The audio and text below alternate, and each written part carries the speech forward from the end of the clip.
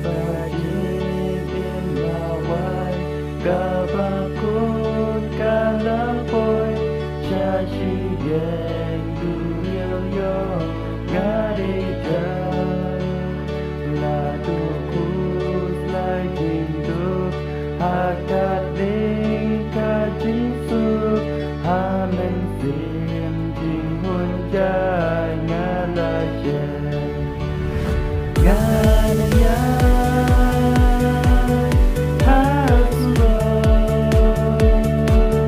Ki ayen Kiaya Yang kengpo Dati sen Bangayan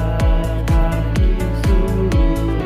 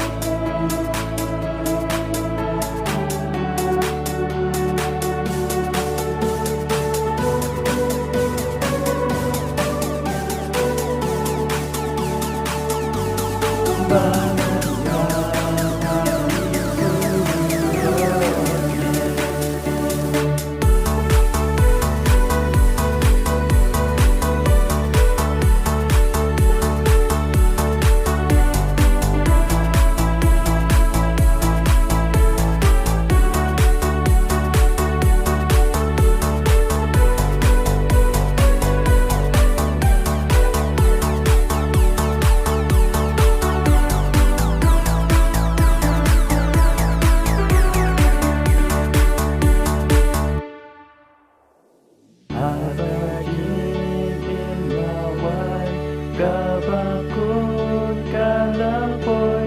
Syashigeng duyoyo ngadikan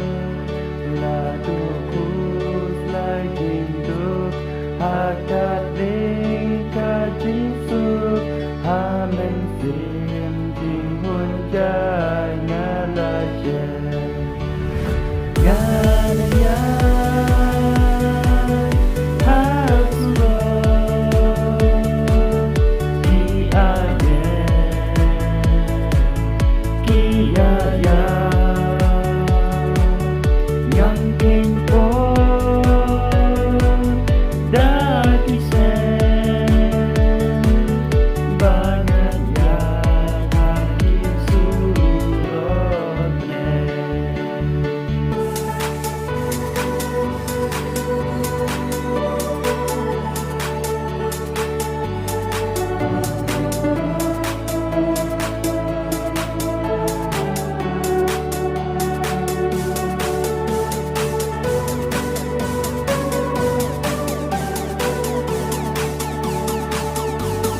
Bye.